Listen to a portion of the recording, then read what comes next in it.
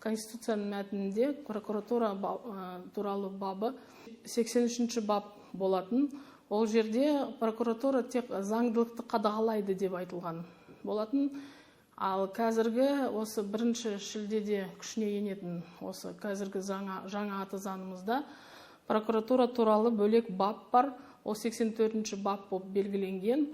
Және прокуратура мемлекет атынан және Қазақстан Республикасының аумағының атынан одан кейін заңдылықты сақтауды және жоғары қадағалауға заңды белгіленген шекте және нысанда жүзеге асырылады деген. Және сотта Қазақстан атынан және мүддесін қорғайды, мемлекеттің мүддесін қорғайды деп нақтыланған.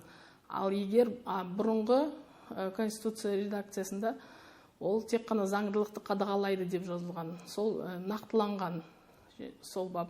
Бас прокурордың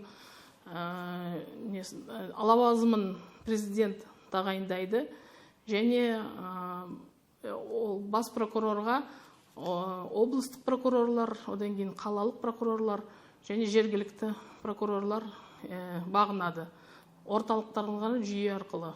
Прокуратура туралы айтсақ, олар тек заңдылықты қадағалайды және осы Қазақстан Республикасының аумағында сотта мемлекеттің мүддесін қорғайды. Мысалы, кәмелетке толмаған балалардың мүддесін қорғайды мемлекет атынан. Сондай істерге қатысады.